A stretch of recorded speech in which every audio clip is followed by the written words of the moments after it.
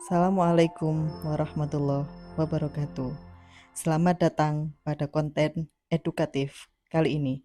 Perkenalkan, saya Dwi Vidayanti, dosen pengampu mata kuliah Perancangan Kontrak Syariah, Prodi Hukum Ekonomi Syariah, Fakultas Syariah, UIN Maulana Malik Ibrahim Malang. Pada kesempatan kali ini, kita akan menjelajah dunia hukum yang lebih jauh lagi, terutama dalam aspek perancangan kontrak, yaitu kita akan membahas tentang jenis-jenis akta dan kekuatan pembuktian dalam hukum. Akta dalam konteks hukum. Dalam konteks hukum, akta merujuk pada dokumen tertulis yang memuat pernyataan atau kesepakatan antara satu atau lebih pihak.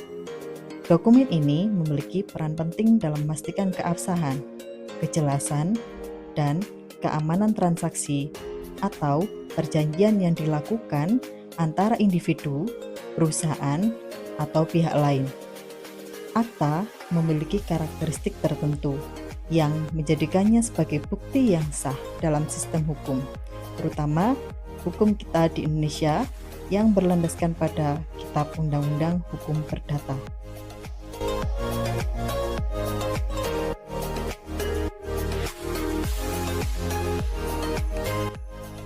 Tujuan dibuatnya akta ini terbagi menjadi beberapa hal. Yang pertama, tentang membuktikan kesepakatan.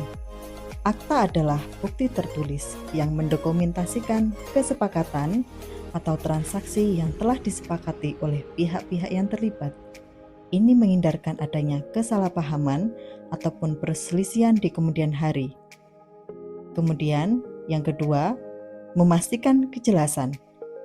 Akta menguraikan dengan jelas hak, kewajiban, dan tanggung jawab masing-masing pihak. Hal ini dapat membantu menghindari interpretasi ganda dan memastikan pemahaman yang seragam antara kedua belah pihak, sehingga dapat meminimalisir adanya konflik antara para pihak. Yang ketiga, menciptakan kewajiban hukum. Dengan menandatangani akta, pihak-pihak secara hukum diikat untuk mematuhi isi perjanjian atau transaksi yang tercantum di dalamnya. Ini memberikan dasar hukum untuk menuntut pemenuhan kewajiban. Kemudian selanjutnya, yang keempat, melindungi hak dan kepentingan. Akta dapat berfungsi sebagai alat perlindungan bagi pihak yang memiliki hak dan kepemilikan atas sesuatu. Misalnya, akta kepemilikan tanah melindungi hak pemilik tanah terhadap klaim yang tidak sah.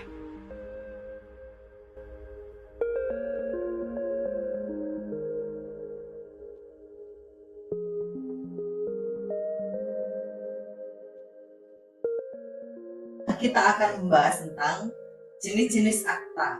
Yang pertama, ada akta di bawah tangan, dan yang kedua adalah akta autentik. Yang pertama, akta di bawah tangan.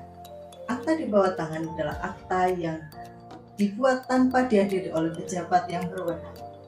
Ada 3 bentuk akta di bawah tangan yang perlu kita ketahui. Akta di bawah tangan dengan materai.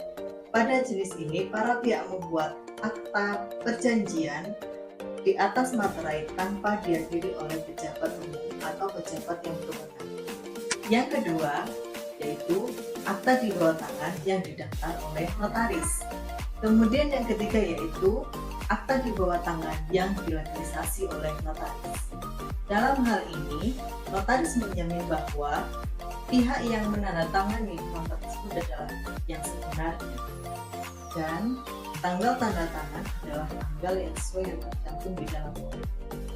Selanjutnya, kita akan membahas tentang akta autentik. Akta ini dibuat dalam bentuk yang telah ditentukan oleh undang-undang dan disaksikan oleh pejabat umum yang berwenang. Terdapat 2 jenis akta autentik yang perlu kita pahami. Yang pertama, akta autentik yang dibuat oleh pejabat. Ini adalah akta yang dibuat oleh pejabat umum yang berwenang di tempat akta tersebut dibuat. Kemudian yang kedua, akta autentik yang dibuat oleh para pihak. Dalam hal ini, ini, para pihak mengikuti format yang telah ditentukan oleh undang-undang untuk memastikan keabsahan akta tersebut. Setelah kita mengetahui jenis-jenis akta, sekarang mari kita beralih ke dalam pembahasan tentang kekuatan pembuktian akta-akta tersebut. Akta di bawah tangan mempunyai kekuatan mengikat sebagaimana telah diatur dalam pasal 1880 KUH Perdata. Ini berarti meskipun kekuatan pembuktiannya kurang sempurna daripada akta autentik, akta di bawah tangan tetap memiliki kekuatan mengikat yang berakibat hukum. Sementara itu, akta autentik ini mempunyai kekuatan pembuktian yang paling sempurna. Ini karena akta autentik dibuat di hadapan pejabat umum yang berwenang dan diatur oleh undang-undang. Akta ini mempunyai kekuatan pembuktian yang sempurna, sehingga pengadilan menganggapnya sebagai bukti yang sah.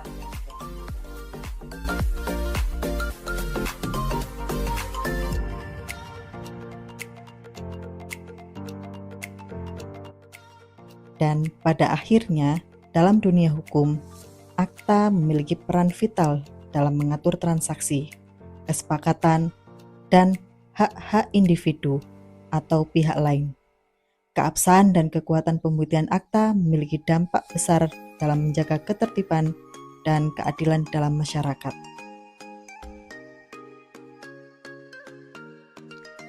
Itulah penjelasan singkat mengenai jenis-jenis akta dan kekuatan pembuktian dalam hukum. Terima kasih telah mengikuti video ini. Jangan lupa tetap tingkatkan pemahaman tentang perancang kontrak dan apa saja yang harus dimiliki oleh seorang perancang kontrak. Jangan berhenti belajar. Sampai jumpa pada konten berikutnya. Terima kasih. Wassalamualaikum warahmatullahi wabarakatuh.